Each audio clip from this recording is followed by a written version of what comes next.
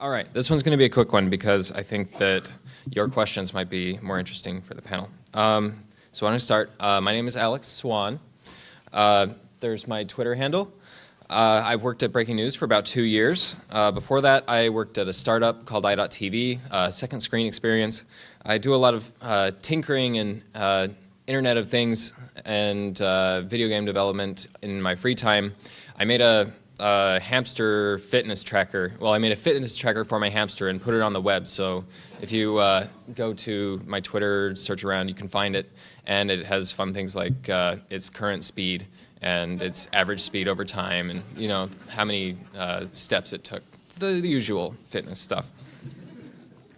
So yeah, this job that I had works really well because we do get to try out new things, and this sort of bot setup really fits. It really fits me. I get to try things out, and it's iterative because we have this news service that's been around for many years, but there's always new ways to get this news to you. You don't need to go to the website when you have notifications, for example. So lots of people have built in these notifications.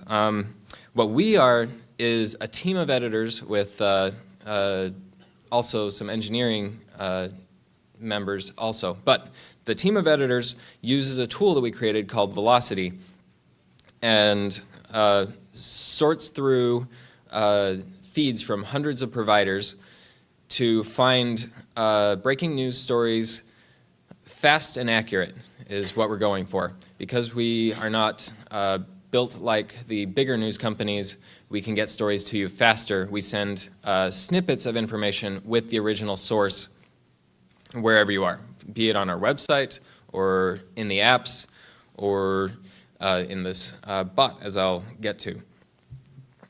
So it's good to be a partner because we direct traffic to you with our apps.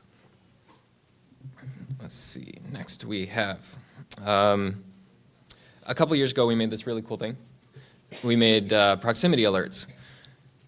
We like to give information that's relevant to people, and when people give us their location, we can tell them if there's an emergency nearby, if there's bad traffic, if there's things happening near them. They can get accurate information to keep themselves away from danger and find safety as quick as possible. This has helped our own manager when we were trying this out. This was during the Seattle Pacific shooting. Our general manager had kids in the daycare across the street. He found out about this, was able to call the daycare, find out that his kids were safe, and have the live update to know exactly what was happening. There were a lot of rumors about whether there was still an active shooter or if there were multiple. All this information was brought to him as fast as possible to help him know that his kids were safe, that the situation was taken care of, and so he could handle just what the situation was and not the speculation that was around it. So this is a useful thing, and you don't necessarily need to be in the app to get this sort of information. So that we're getting the news to you in this sort of way. Now let's see. Next, we have email alerts. People used email, and so we tried this out. I'm mentioning this mostly because it was an iterative process. We have these email alerts, and it's useful for many people. And it looks just like this. We have the snippets, we have the source, everything there. It has a very high read rate because you already read it probably 3 or 4 times now. And it goes straight to you. You don't need to go to the website to check it out. All right, so this is the meat of the presentation here. We've got Slack integration. We get news stories sent to you. The first iteration was pretty basic. The basic news stories would go to wherever you wanted. We found that the news organizations would use this, government organizations, people would do this, would send this to their Slack bot, which is like a personal channel, so only they would get it. Probably more often than setting it in like our company uses. Well, we have all the news, but we have a channel that has breaking news sent to it so that we can see what that is.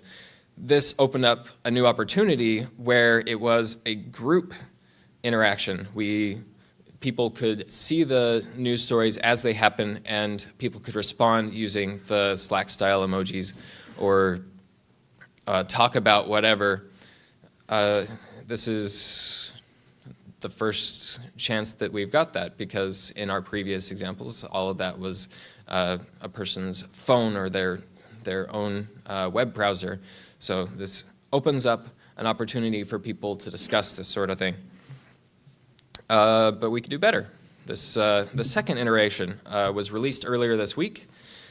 Lets you choose what topics you want to follow. So it is much better at giving you the news you want to know and avoiding the stuff that you're not that interested in. When you grab the Slack integration now, you're initially signed up for major news stories, so it works like usual. But we have an animals channel so that we can post pictures of animals and get information about animals. And we have added our own integration to get information about animals in the animals channel, and we can respond with animal emojis, and it's fun.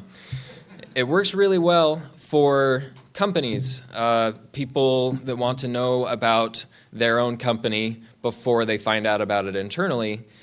Sometimes can be faster that way.